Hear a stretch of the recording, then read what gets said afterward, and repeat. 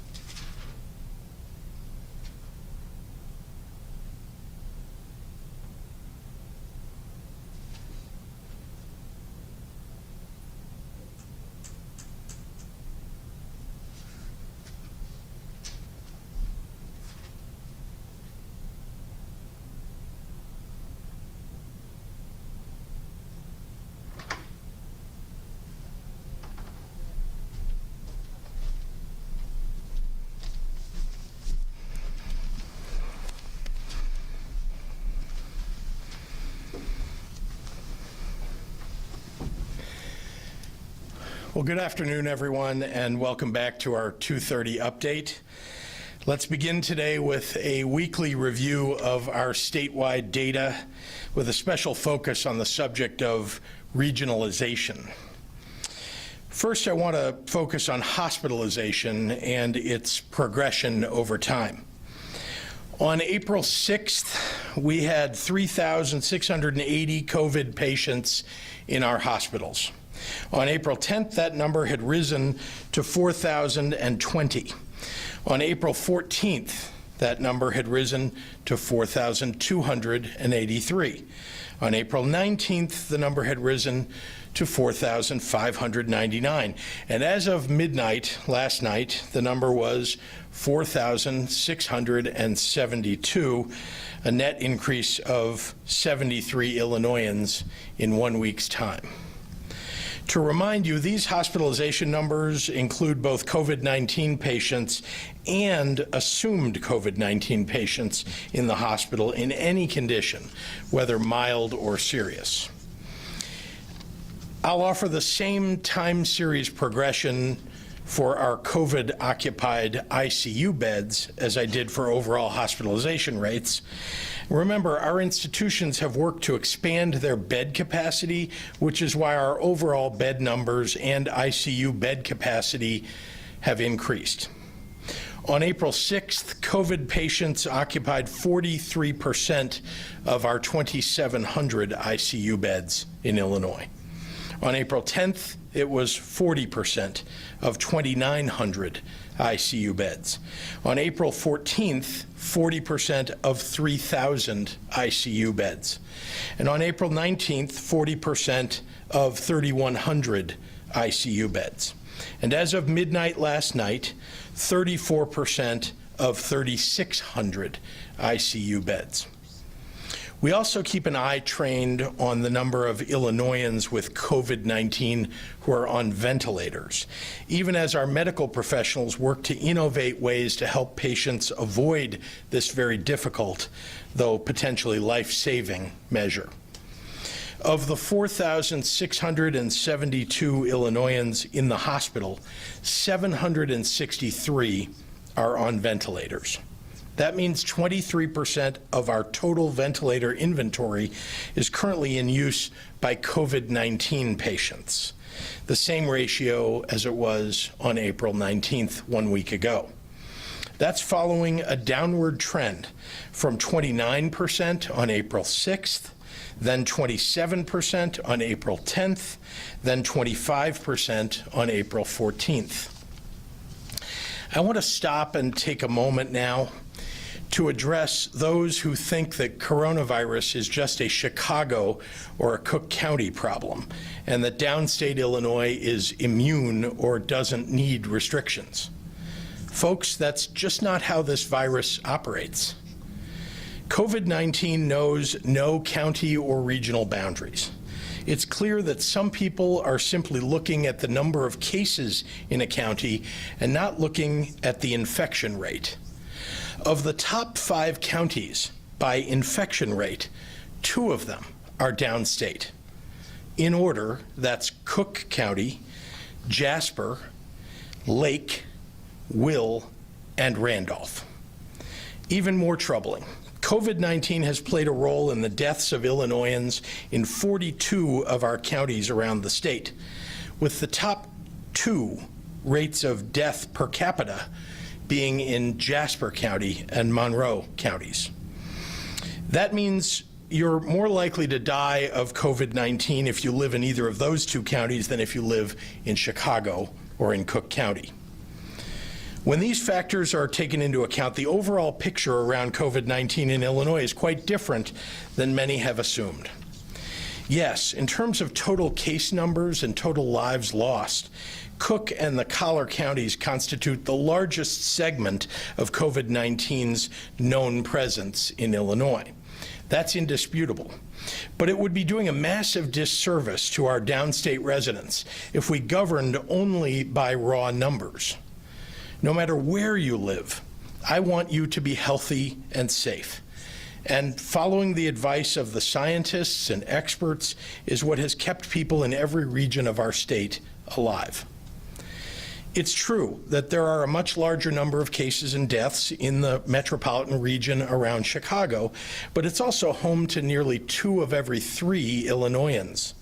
And it's home to much of the overall hospital capacity that's needed if there's another surge of the virus.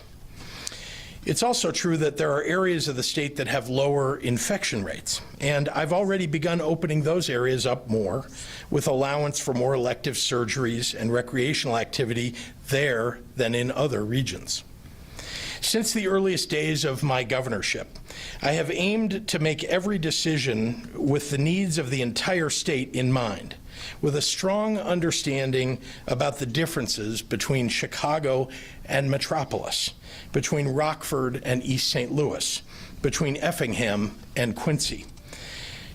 To help me do the right thing by all of our residents, I've sought out the advice of local officials across the state of every background, even long before this pandemic. It's been a point of pride for me to listen. And now, as we fight COVID-19, every week I call Republican and Democratic mayors and legislators to hear their best ideas and talk through how I'm thinking through the decisions that need to be made. Some really good ideas have come from those calls. We don't always agree, but it's always a two-way dialogue. I understand that the choices that I've made and that I have had to make aren't easy, and there are some that disagree with them. But I've made each decision with a laser-like focus on the health and safety of every resident, and with a strong desire to get us back to work and school as soon as it's safe. Frankly, the decisions have most often been very difficult, often choosing between saving lives and saving livelihoods. But thousands of Illinoisans are still with us today because nearly all of you have made an earnest effort to follow our stay-at-home order. And so that's a decision that I'm extraordinarily proud to have made. And I'm going to keep making my decisions about defeating this terrible virus by focusing on the most important factors, following the science, monitoring and building up our healthcare systems, listening to local leaders, and keeping Illinois' families and workers top of mind, all in an effort to do the right thing for all of Illinois.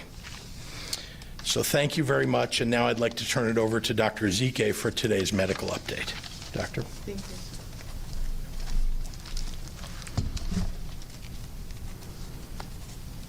Good afternoon. I want to start off mourning the 50 lives that were lost over the last 24 hours, and I know everyone understands that these 50 people represent mothers and fathers and spouses, maybe fiancés, grandparents, friends, co-workers.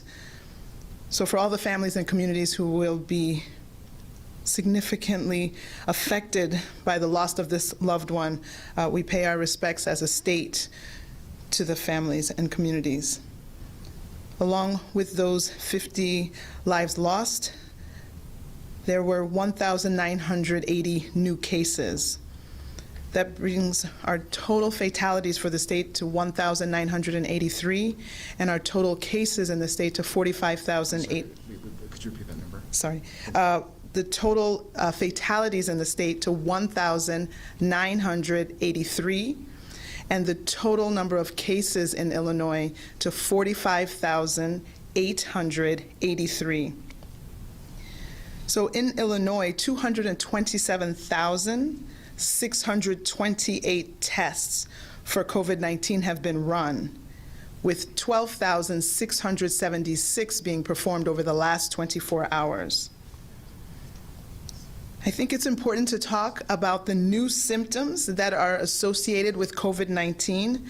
The CDC announced an official change in their symptoms just last week. Initially, the symptoms indicative of COVID-19 were fever, cough, and difficulty breathing.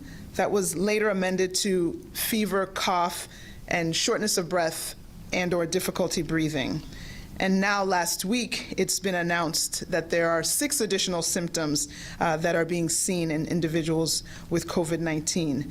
These symptoms include chills, repeated shaking with chills, muscle pain, headache, sore throat, and new loss of taste or smell.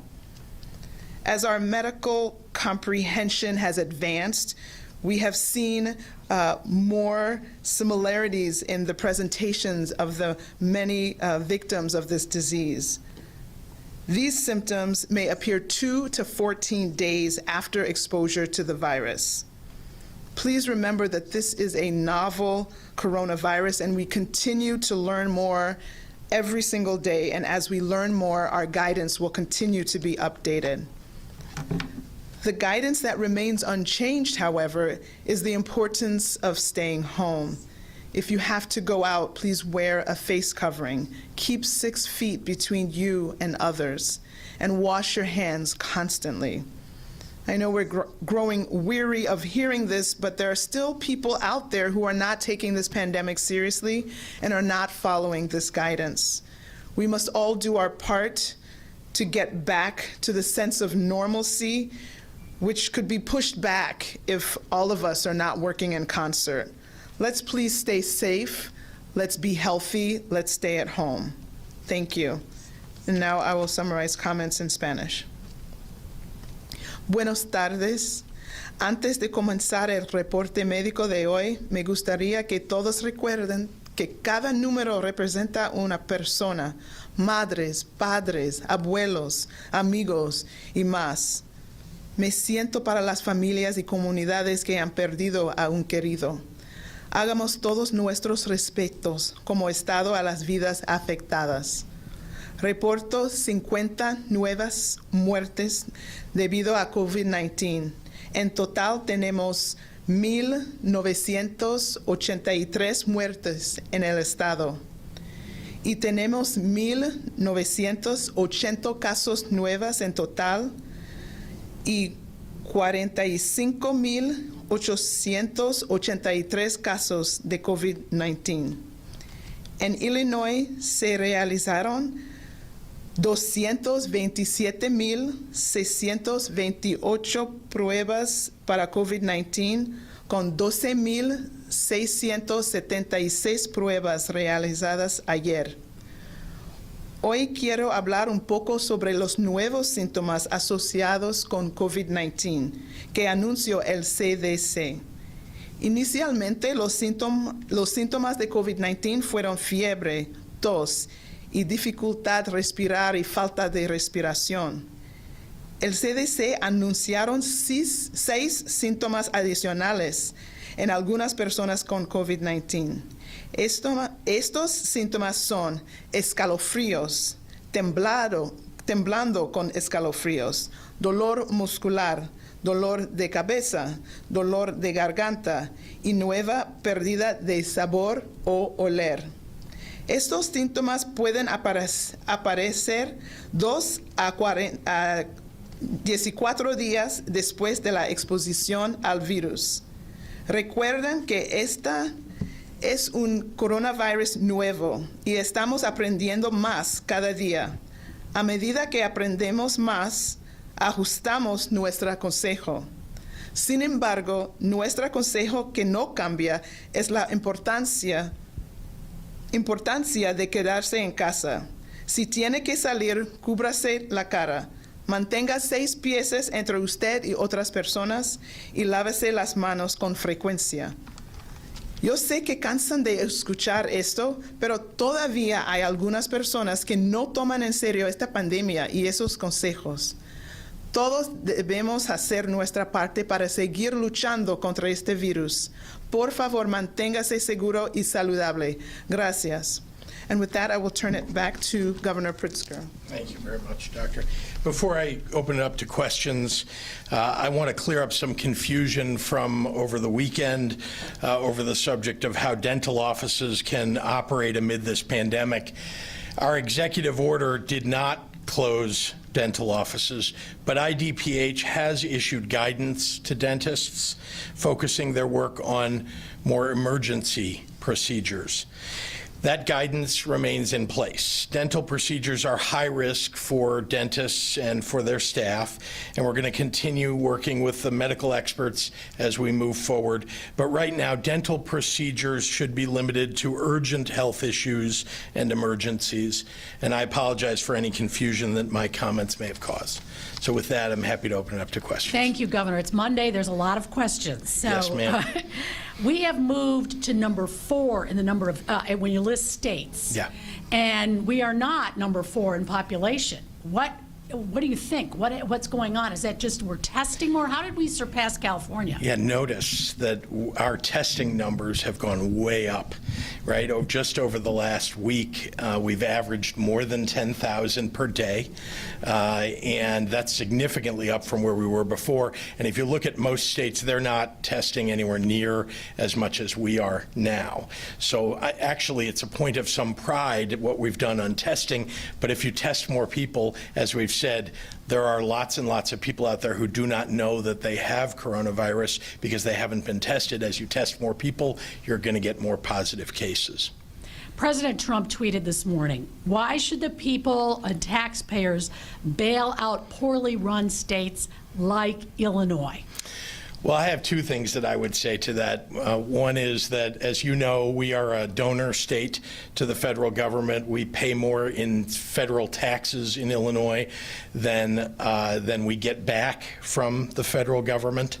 And so actually the states who are being bailed out every year, year in and year out, are the states who take more out of the federal dole than they put in taxes. That's one thing I would say. The other is that unlike Donald Trump, we proposed and passed and have effectuated a balanced budget for the year that we're in. Had it not been for coronavirus, we would have had actually a surplus in the state of Illinois. So to the extent that we're talking about, and we are, about the federal government providing funding for states, all states need it now because coronavirus, COVID-19, has blown a hole in every state budget all across the nation. There's not a single state that would not benefit from or that does not need support from another CARES Act package. Were you on the call today from the White House and any new insight? I wouldn't say there was any new insight. There's more talk about testing and the federal government offering help with testing, which is terrific.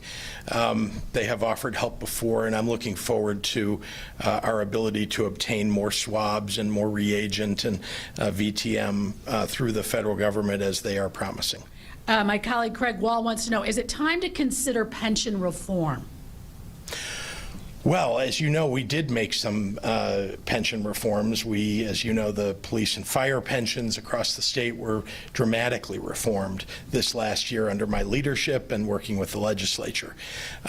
We need, we certainly need to keep working on our pensions. I've said as principles here that we need to make sure that people who are owed a pension are paid the pension that they're owed. And I want to make sure that people understand how important it is that we support our seniors when they've worked a lifetime for that pension, whether they're police officers or firefighters or state workers in any way. I continue to believe in our, in the idea of supporting seniors when they retire. So we'll continue to look at the ways. We proposed several ways last year that weren't yet adopted to make changes in the pension system, and we'll continue to look at everything and anything. Others are asking, perhaps is it time to lay off some state workers? Are those who are supposedly working from home, really working from home, and when there is not as much to do, perhaps they should get unemployment as well instead of getting paid by the state for doing nothing? Well, certainly, number one, we've asked people to stay home. Number two, we have actually done quite a lot to make sure that people can work from home. And all these departments. Think about what's happening at IDES. Think about what's happening at the Department of Human Services, right? In this pandemic, and with so many people laid off, right? We have our state needs to function well, and so we're working with stay-at-home employees who are connected now and have the ability to work for and with residents of the state who badly need them. Yesterday, you brought up e-learning and to look ahead to the fall. Perhaps that's going to be the case.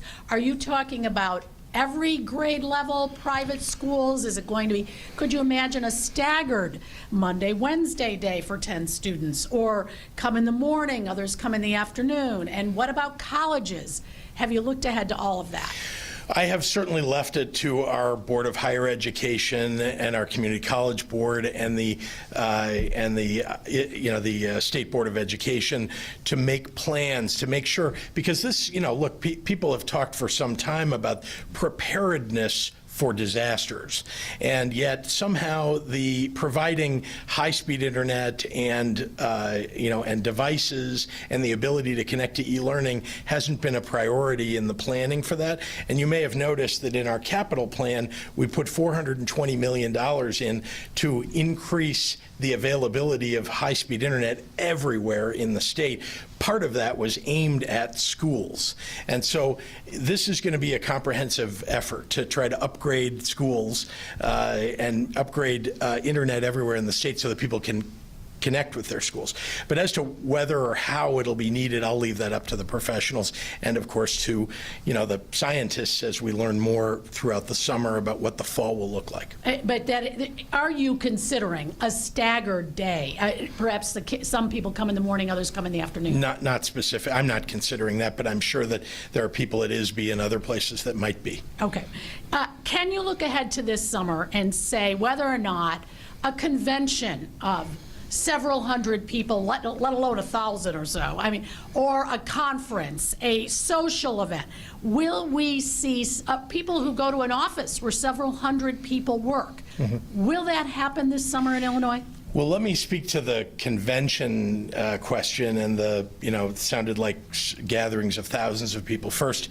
And just to say, look, I don't know. It seems to me that we don't yet even have a treatment.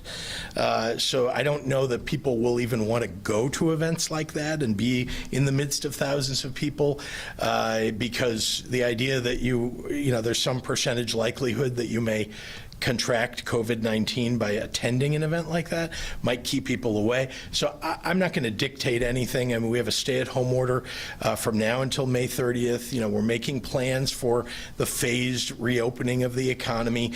It's unclear to me about large gatherings. Those seem like harder things to get done than, for example, opening manufacturing facilities where you could be able to keep people 6 feet apart wearing PPE, and make sure the lunchrooms are not crowded and so on. These are things that we've looked at and are continuing to look at to make sure that we're doing it right and in a phased fashion. But as to whether a large convention could fit into an early phase, I don't know. And the same that I guess goes to Mayor Lightfoot just a few moments ago talked about she envisions baseball with no fans. And Cisco Cotto from BBM Radio wants to know as well, is that what you see? Major League Baseball with no fans? Well, listen, I want to watch a baseball game. I'm a fan, and I really would like baseball to go on, but I also know that that's going to be a decision both for the leagues who are making decisions, all the pro sports leagues are having to make decisions about what the future should look like, and importantly, I think they, like me, they are relying upon the scientists, epidemiologists to help them figure out how do you do that in a safe fashion. Do you need to test all the players before they go on the field? Can they really, in contact sports, can you really, how do you do that if you're supposed to maintain some social distance? So I think those are all things that are above my pay grade, so to speak, and something that I think need to be considered by the leagues and by the scientists. A couple of questions for Dr. Ezike. How many have died from COVID-19 that do not have any other underlying health condition? So nationally, the numbers are vanishingly small, in less than 10%. I think I saw something like 6%, and that might have been a global number. So in the general statistics, Illinois has been similar to what the aggregate larger numbers have. So I would say that it's going to be definitely under 10%, maybe even in the single digits. Thank you. Governor, a lot of questions still on unemployment. Sean Lewis from WGN says he's hearing from people who are getting nowhere on the system. They're frustrated. They can't get an answer. They're broke. A week ago, you announced there would be some more help or answers to this. What are you telling the folks who cannot find out what to do about unemployment? Well, the first thing I would say is that we've processed nearly more in the neighborhood of 800,000 unemployment applications at this point, and it's about 10 times every day what was being done. Over 71,000 Missourians have been tested at this time. As you know, we are moving into the recovery phase of COVID-19. Missouri took early, aggressive, and smart actions to contain and slow the spread of COVID-19. Thanks to these efforts and the incredible sacrifices of Missourians who stayed home and practiced social distancing, we are successfully flattening the curve. With the help of all Missourians, our plan, we are winning the battle. With favorable data and approval from state health officials, we are ready to take another step forward in the recovery of Missouri. As I have said, this will be the turning of a dial, not the flip of a switch.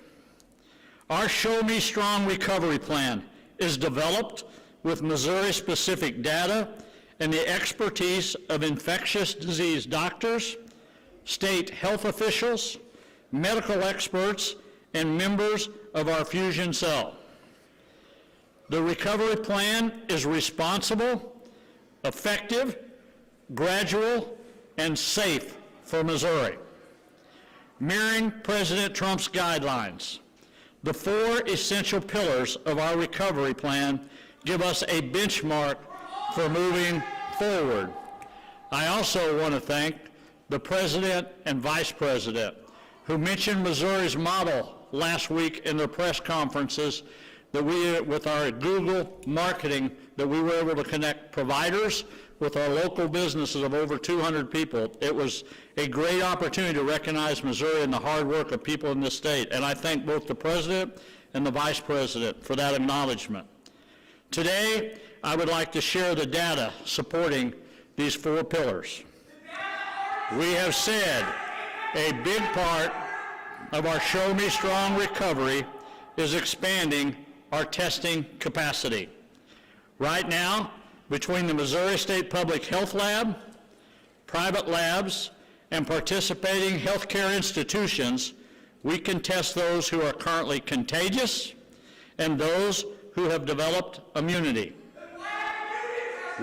We are also prepared to go into hotspots and with the box-in approach.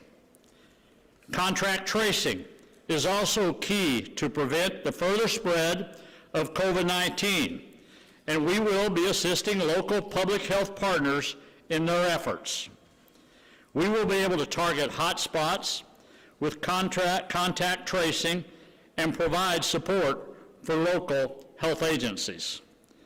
Expanding our PPE reserves and using public health data to predict potential outbreaks are also an important part of our plan. Today, Director Todd Richardson is here to give more details on these 3 pillars. Todd? Governor, thank you and good afternoon. As the governor mentioned, we've been working incredibly hard to try to get the state of Missouri in a place where we can feel confident about the 4 pillars the governor has laid out. And so over the last several days, we've made tremendous progress on a number of fronts. First, the state of Missouri has rapidly expanded its testing capacity and its access to testing supplies. This week, Missouri entered into flexible, ongoing contracts with private laboratories, including those based right here in Missouri, like GeneTrade and Viracor. These labs have already supported testing to contain and prevent outbreaks in essential businesses and correctional facilities. As the state and private lab capacity supply expands, the Department of Health and Senior Services has expanded guidelines for eligibility to be tested at the state public health laboratory. And finally, private physicians should feel comfortable and encouraged to order tests through private labs at their discretion. This week, the state, in partnership with our local public health agencies, has begun a program of community sampling in our hardest hit areas in Kansas City and St. Louis, as well as some of our most rural areas. Community sampling will give us an additional source of data and provide a snapshot of disease spread in key geographies. This effort would not be happening without the hard work of our local public health agencies, the often unsung heroes who have been at the front lines of this event from the beginning, and they answered the bell again, working through the weekend to get these sites up and running. By Wednesday, 4,000 Missourians who were previously unable to access a test for COVID-19 will have had a test. This effort will be coordinated with a locally run community sampling program in St. Louis, for which the state has contributed 1,000 test kits. In addition, we all know that personal protective equipment is a key piece to ensuring we are ready for a recovery. Last week, the Department of Economic Development, in consultation with a wide array of state government employees and private partners, has launched a PPE marketplace. This marketplace allows public and private buyers and sellers of PPE to determine demand and supply of all types of personal protective equipment. As of this morning, there were nearly 900 buyers and 223 suppliers registered in the DED marketplace. These purchases will be used to supplement existing PPE supply chains overseen by the State Emergency Management Agency, and also to ensure that we have adequate reserves. We are actively responding to the nationwide PPE shortage, not just with better access to the supply chain, but also with innovative brand new technology. This week, a new Battelle decontamination unit will begin using vaporized hydrogen peroxide to sanitize N95 masks. It is capable of decontaminating up to 80,000 masks per day. These critical steps move us further down the path to a safe, a sustained, and a robust recovery. Thank you. All right, thank you, Todd. Monitoring and expanding hospital capacity is another essential pillar of the recovery plan. Our hospitals are stable. All regions have demonstrated reductions in hospitalized cases, with the exception of St. Louis. St. Louis data appears to show stabilization of cases, but not yet reductions. Today, Missouri Hospital Association President and CEO Herb Kuhn is here to share about our hospital system. Herb?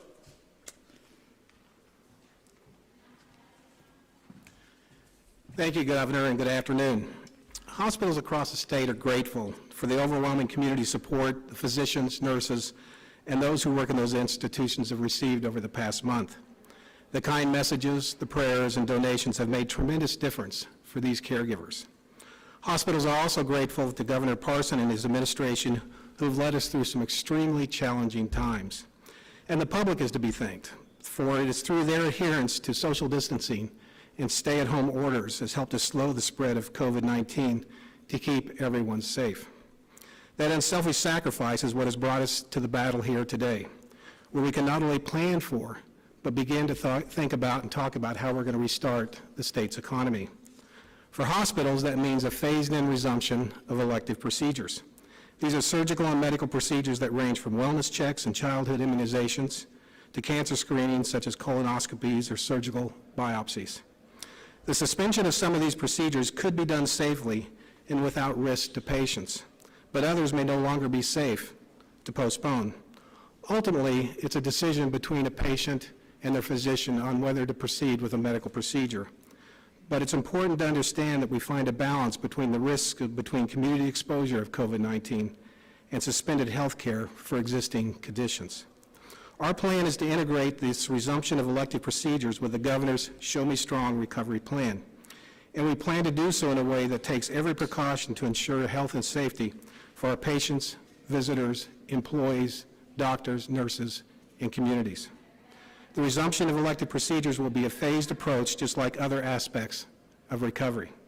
Further, we plan to take action with the assurance of everyone in this state that the healthcare system is prepared to respond to any community outbreak COVID-19 as we move forward through this phased restart.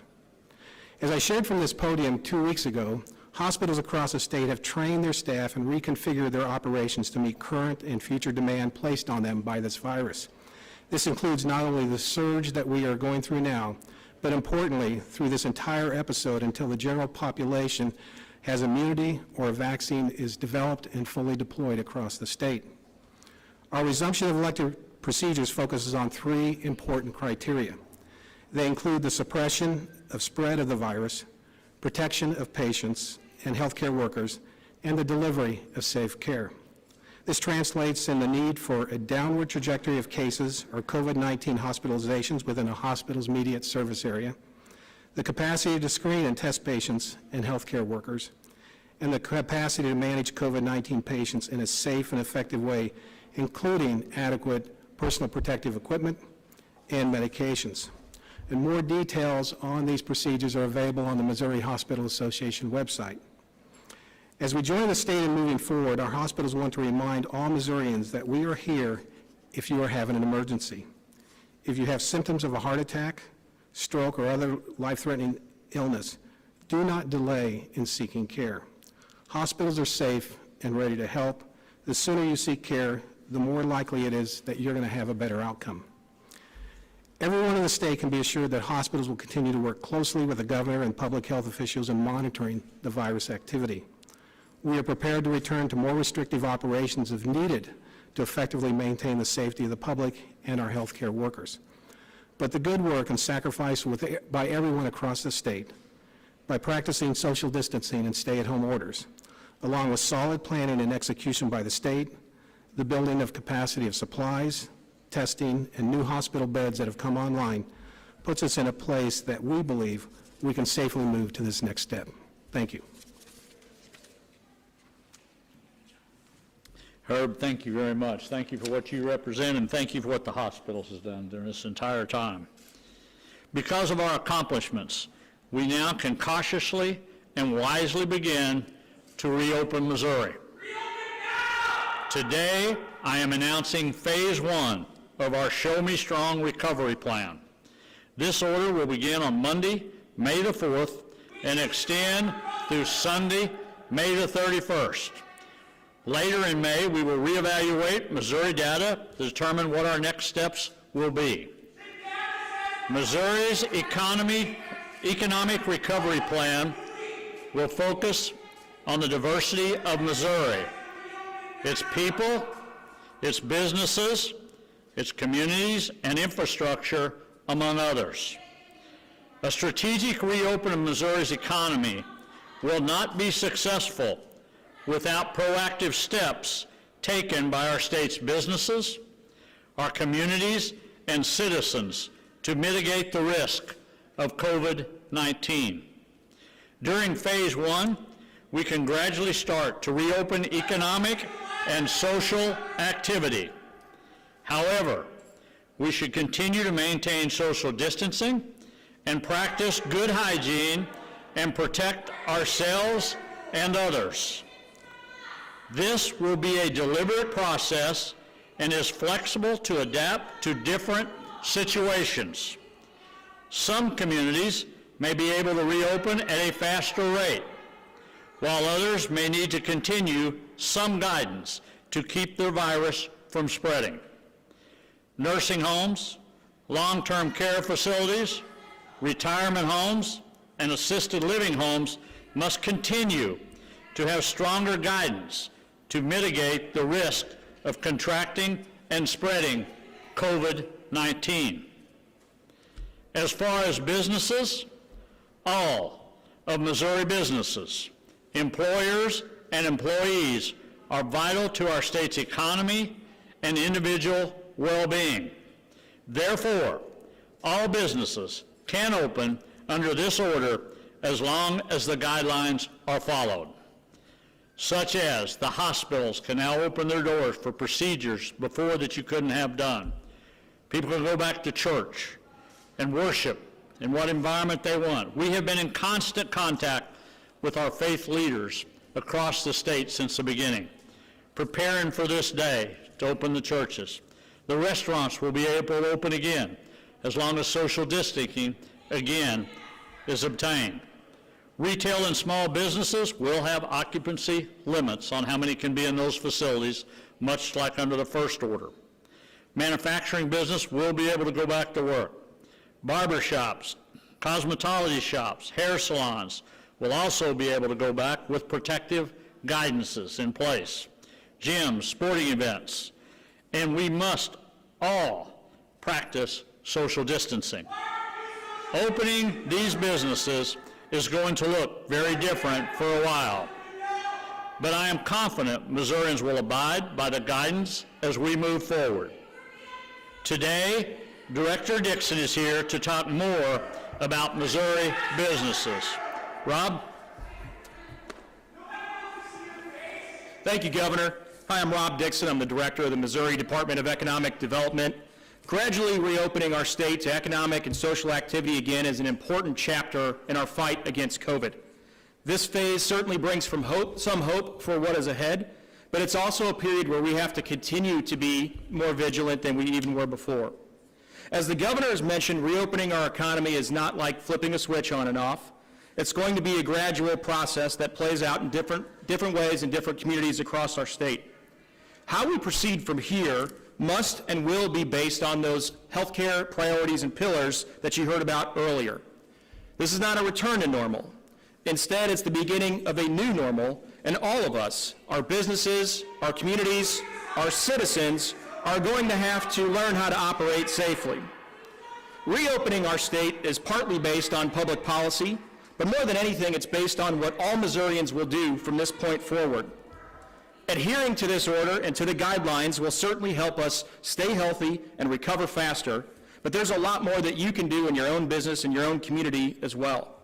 We encourage businesses to implement basic infection prevention measures, including the use of protective equipment, temperature screenings, testing, and disinfection. Businesses should consider modifying their physical workspaces to maximize social distancing by adding barriers or spreading workstations apart.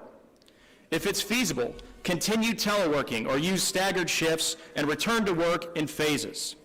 We also suggest that folks should limit their access to common areas where personnel are likely to congregate or interact. We also ask that you look at your sick leave policies to make sure that they're flexible and consistent with public health guidance. These are just a few of the ways that businesses can protect themselves, their customers, and their employees.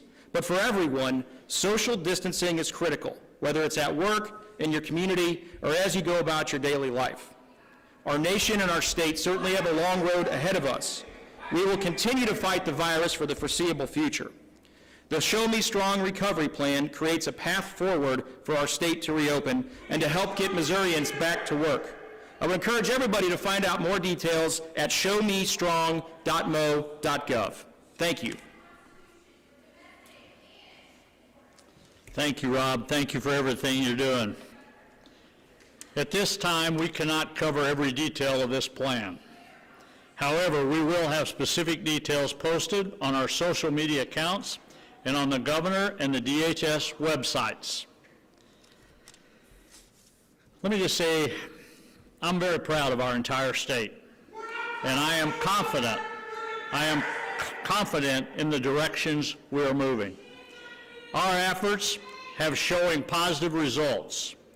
As we begin to reopen, I know Missourians will prioritize the safety of their friends and their neighbors.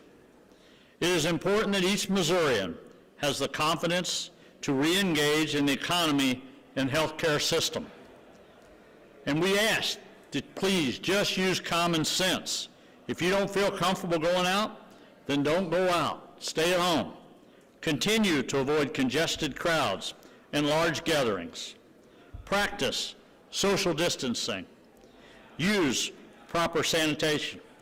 As we begin to reopen, we will be prepared, but the virus will still be here. And just remember, protect yourself, but also the people you love. Take care of each other. And we must continue to protect the livelihoods of all Missourians. You know, a lot of people have different views across the state of Missouri, what should be done, what could have been done, what would have been done. And there'll be plenty of people to second guess the decisions that are made throughout the state as the future moves forward.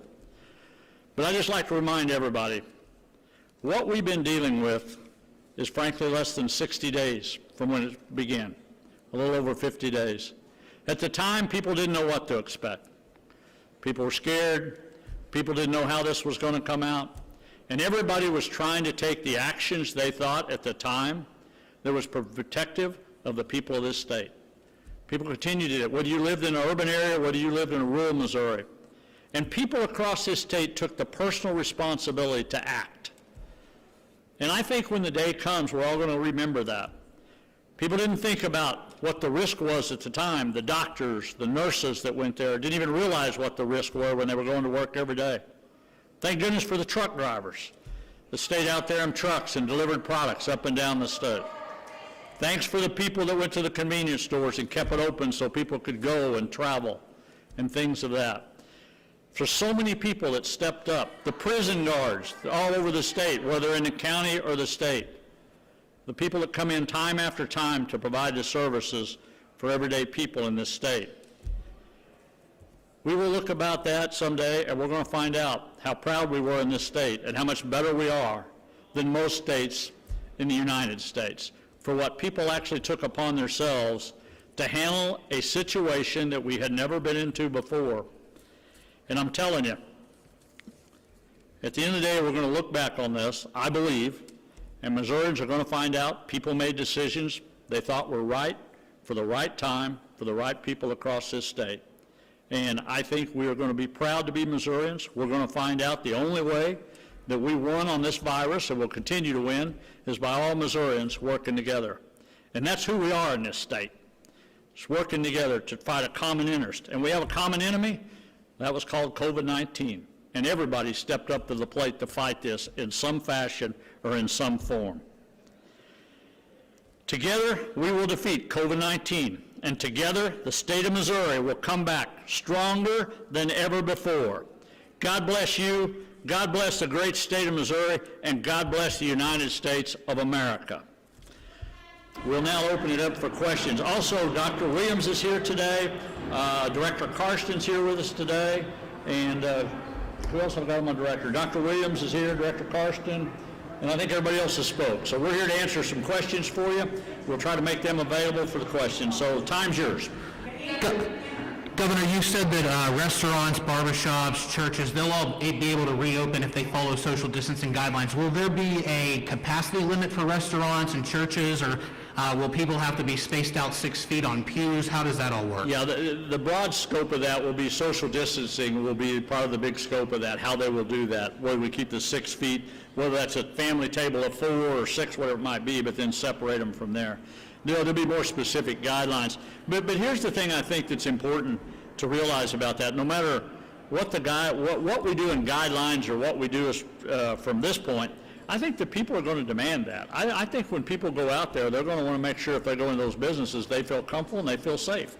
So I think, one, the business will have to adapt to that, and the consumers will. But I think it'll be consumer driven. I don't think it'll be so much us saying what they have to do. I think that's going to be driven that way. But yeah, there will be guidance on that. Governor, can you kind of lay out day by day what's going to happen over the next week before reopening? Yeah, for the rest of this week, we'll have people in here every day talking about the opening portion of it, and then we'll have people talking about some still on the COVID-19 side of it, but we'll have numerous people in every day this week to the press briefings that we'll have to be able to answer some more of those questions as we move forward. There will be the guidance will be in general, the order will be a pretty general order, and then we'll have guidance, and then we'll have the question and answer part of it where people can go in there and say the what ifs, what if I do this or what if I do that. But again, people are going to have the opportunity to go back to work, and the businesses are going to be able to According to the president's reopening plan, they are asking for a downward trajectory of 14 days. We haven't seen that here in Missouri, so why are we reopening 1 week from today? Yeah, I think we are seeing that. I think we are seeing that. I think we're going to be able to have the data to show that 14-day downward spiral. Now, if you're talking about St. Louis, I addressed that earlier when I was talking point. St. Louis will be a little different on that. But again, the cities and the counties are going to be able to have their own guidance too, which I assume they will. So will the city and county's orders still supersede the state order? Yeah, they can do stricter guidance. They can do stricter guidance. You know, it can be more relaxed than what ours are, but they can do stricter. I don't know if this is for Director Richardson or Director Williams. I have a contact tracing question. Do either of them know how many contact tracers are currently available to the state? And will the state be providing contact tracers for county health departments that are smaller and don't have the kind of resources they need? Yeah, I'll let Dr. Williams answer that. I think one thing in there, we're also, I'm not sure if I made that clear enough, but I'll let him answer what we have, but we're currently putting a team together of trace that will be able to target hot spots around the state. But let me let Dr. Williams address that. Thank you very much for the question. As the governor has said, not only do we have to have the ability to test, but we also have to have the ability to go out and do the contact tracing when we find those. So to answer your question specifically, we have 15 people out today around the state helping with that. And we met at 12:30 today to develop a more robust capacity and to bring in resources from other departments as we make this more robust. We have more than 15, we just have those out today. We've already been committed to that. We've been in St. Louis County, we've been at Golden Valley, we're working now closely with Buchanan County. So to answer your question, we will have in place a robust capacity, bringing in initially people from other departments, but going further in the summer and fall to build up our own capacity using the money that we're receiving from the federal government to develop that. An average person in a case contact usually has 32 contacts. We also think technology is going to be a game changer here. And so we're very, very interested working with our fusion cell to see what technological advances are there to decrease the number of people. So thank you for the question. A quick follow-up. Governor, my question is for the governor. Have you been in contact with Illinois government leaders? The chair boardman of St. Clair County, Illinois, has shown concern about our state opening too soon because 33% of residents in the county work in downtown St. Louis. He says he wishes both states were on the same page. What is your response to that? Well, I think Illinois is a lot different than Missouri to start off with. You can look at Chicago for there. Let me just clarify something, because I know there's been lots of reports in the media, and I'm thankful the governor of Illinois cleared that up, but a lot of people have said that we had refused to join the PAC. A lot of the media outlets had said, the governor had said that. Well, Sunday he was live on, I think, Fox 2 in St. Louis and said he had never spoke to me about joining that or any discussion. So I really appreciate him clarifying that, to kind of know the truth there, that there was never no conversation between me and him about joining any state. Look, Illinois is a lot different. Chicago's a lot different. You look at the numbers over there, you can see that. I'm thankful St. Louis, when you look at St. Louis compared to Chicago, what they've done is remarkable in our state. So my hat's off to the people in St. Louis, the medical teams they got up there for the leadership. So there's not a real good comparison between, I don't think, us and Chicago. I have a question for Dr. Williams. Hey, let me just ask this, if everybody wouldn't mind, if you've got questions for Dr. Williams, we maybe just keep him up here for a little bit. You mind doing that? Or if something comes up, we'll bring him back to finish. But as the directors come up, we'll just let them ask questions for Nimerson. Dr. Williams?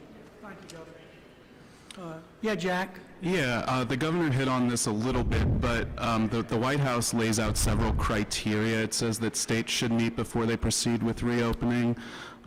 There's a 14-day downward trend for influenza-like illnesses and COVID-like illnesses, and the other criteria. Is the state going to release those numbers that show the data that show that we're meeting those criteria? Well, yeah, I mean, I think if you look at the data that we post every day and our number of cases, you know, I noticed yesterday on Meet the Press, they did a map of the 17 states around us that had their peak number of cases in the last 7 days, and the only state in the middle of that map that didn't was Missouri. So if you look over the last several weeks, our cases are declining for the whole state. And as the governor just said, in St. Louis, they're plateauing, and in our conversations with them, we're hopeful that those are going to decrease. But we're also happy to describe to you those numbers that you can see every day on our website, also how our modeling shows that we are, over the next 7 days, think those numbers will continue to decrease, if that answers your question. There are some data on the website. And I can talk with Lisa about it. But Okay. The influenza-like illnesses, I don't think are tracked on the website. You're exactly right, and we're happy to share that with you. You know, we were fortunate, Jack. Usually the flu season in Missouri can go up to May 15th. This year we've been incredibly appreciative that it really started markedly decreasing about 10 days ago, 14 days. But we're more than happy to share that with you. Yeah, and will you be tracking whether hospitals will be able to treat patients without crisis care? That's another criteria. Yes, we will. And whether they have a robust testing system for at-risk workers or frontline workers at hospitals? We will, and again, in just conversations with them, I know Herb just sent out a survey about 7 days ago looking at that. We don't report this, Jack, but many of the hospitals using rapid testing, Cepheid and others, are doing testing right now of pre-op patients and healthcare workers internally, and I think you'll see more of that going forward. And so I think, you know, one thing, and I'll elaborate on your question, we really think it's important that as we re-engage, that patients go back to the doctor. There's a real risk to deferring care. And so one message, the governor and I were on call with the infectious disease doctor Saturday morning, and I was on the phone with the Missouri State Medical Association, and I just can't emphasize enough how important it is that if you have deferred anything, maybe you've got a symptom, or you have a mole that looks different to you and you think it needs to be biopsied, we really, really want people to go to their physician now. That we very much believe that there is a risk to putting off diagnosing and proceeding with tests. So thanks for the question. Okay. And are you tracking the percentage of positive cases per day as a number, as a percentage of total tests? We are. And, yes. Okay, so you have that data. We have that data. I'm happy to share that with you. Okay. Both commercial and state, Jack. Doctor, Yeah. It was just a follow on Jack's. I also have a quick follow-up. Just can you confirm that it's county health departments, local health departments that are doing the contact tracing with support from the state? And is the state planning on hiring more people to do contact tracing to support that? Yes, thank you. We had this conversation at 12:45 today with the governor's senior staff. We were well aware that many of our local health departments don't have the capacity to do the kind of robust contact tracing we need to do. So we are committed as a state to provide that, whether it's bringing in other resources from other departments in the state or hiring people to do that. So that is our commitment to our local health directors. Doctor, just on the downward trajectory, can you define what that means then? Because looking at the state's website in terms of cases, there are still up and down days where there are numbers that are higher than days previously. So what does downward trajectory look like for you guys? Sure. We look at the trends. As the governor always said, you can't look at one day because, for instance, we had a data unload of 3,000 tests about 2 or 3 days ago. But I think if you'll go back for like the last 3 weeks, as I just said, for 17 states around us, they've had their peak number of cases in the last 7 days. If you go back and look at Missouri's over the last 2.5 weeks, almost 3 weeks, you will see that we were tracking, 300 new cases, that our doubling rate has significantly decreased, and that we're now, on a given day, just have about 150 cases right around that number.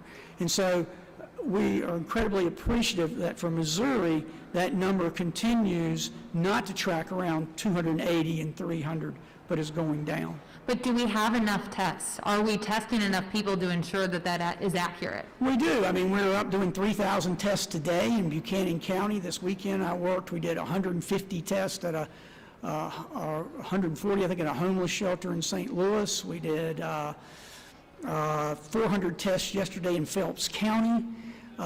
We have the capacity to test. So yes, and as the governor has pointed out, one reason nationally you see in clusters the decrease in testing is that there have been less symptomatic people.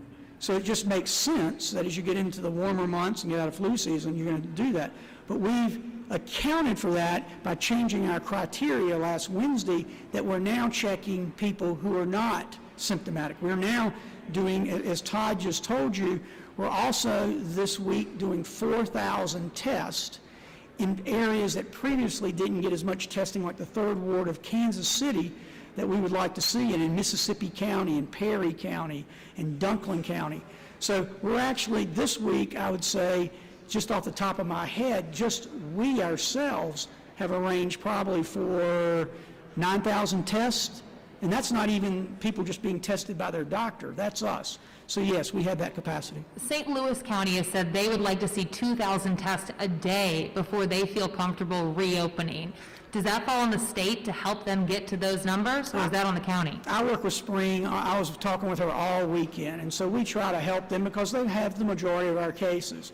So I talk to Spring about every 2 to 3 days, and I sent her 100 tests yesterday, last night, to help with, I get their lab results every day about 3 o'clock, 4 o'clock. I got them.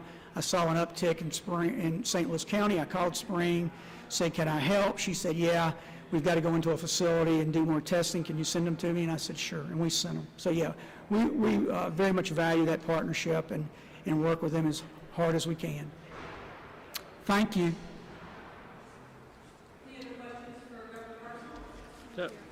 Let me just add some. Let me add some. Let me add something to Dr. Williams. I want to make sure I'm clear on this because I talked to him about that. Of the 7,171 positive cases, that is tracked from the beginning. Is that right, Dr. Williams? So you also need to take that number to realize it's never subtracted. So the people that get over COVID-19 from week 1 or week 2 when this all started are part of this 7,000 number. Because at the time we weren't tracking that. And so that number is a little bit misleading because a lot of people now no longer have the COVID-19, that they've recovered from that totally. So it's one of the things you learn as you go. We wish we knew that. We wish we'd have done that at first, but again, it was a learning experience for a lot of us on that. So all right. Governor, to my earlier question, what I meant was, do you have like a checklist of some sort for these last few days, or things that you need to have accomplished before reopening? What are those last pieces that you're working on this week? Yeah, most everybody that's been up here speaking to you, the directors know that there's directions they have to have, and we're making sure and tightened up all the things that we need to know, such as like the hot spots. And for a perfect example, let me say when I say hot spots, when we had the outbreak in the prison, for example, were we able to go down there and test in large numbers to be able to contain that? When we had one at the food processing plant, were we able to get up there and be able to do that and really put that in place? Do we have the tracing program in place, which I've instructed them to have that by Friday, so that we know where we're going? So a lot of things are still in the makings of this week that we feel are important.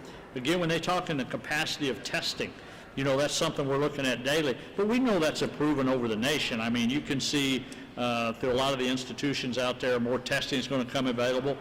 And you're going to see testing that's going to be able to be done on the private sector that's not, we're not going to know it. Eventually, that's coming. I think we all realize that. So there's going to be more and more testing that won't be recorded testing at some point in the very near future. So all of those things, we're checking the boxes this week to make sure we're ready to go on Monday. And I'm confident that we're going to be able to do that. I don't like to stand up here and brag on necessarily all my directors and everything, but the reality of it is these people have been working their tail ends off for 60 days. And even working more right now to come up to make sure, because there's one thing, and this is the law enforcement side of me.